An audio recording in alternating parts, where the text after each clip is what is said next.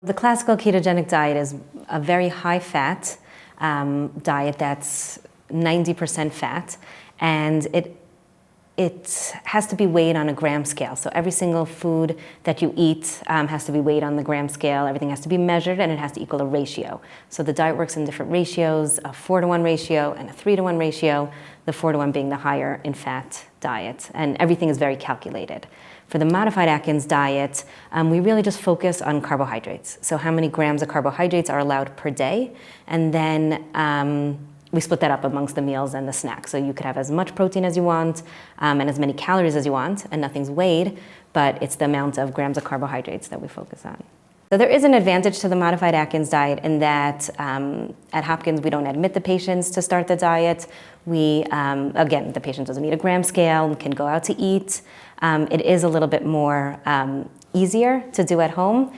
Some of the parents that have gone from modified Atkins to the ketogenic diet, to the classical ketogenic diet, have reported the classical to be a little bit easier, even though that sounds funny. It's just because I tell them exactly what to eat on the classical ketogenic diet. And for the modified Atkins diet, they're just told to count carbs. And they feel sometimes that they're not counting the carbohydrates correctly, or they're not giving enough fat. And with the classical ketogenic diet, we really, you push the fat and it's listed there as the grams of fat there. So even though the modified Atkins diet in theory sometimes sounds simpler, the classical ketogenic diet, the parents that have gone from one to the other have reported that that one is easier. I found similar compliance between the two diets, between the classical ketogenic diet and the modified Atkins diet. Most of the parents are very motivated to do either diet.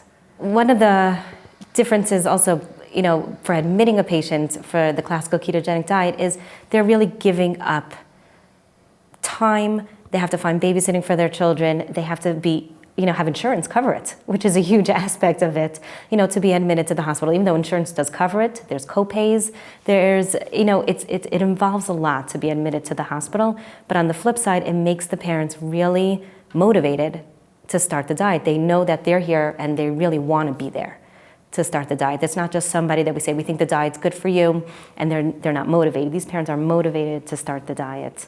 And they show that by coming for the admission week and starting the diet then. There ends up being a different attitude between the classical ketogenic diet patients who are admitted to the hospital and the modified Atkins diet, just because we teach the modified Atkins diet in a regular clinic visit, half hour. We try to stress the importance, but there is a difference between being admitted to a hospital for 3 days, how we do it at Hopkins, than just in a clinic visit as well. The classical ketogenic diet the numbers are a little bit stronger.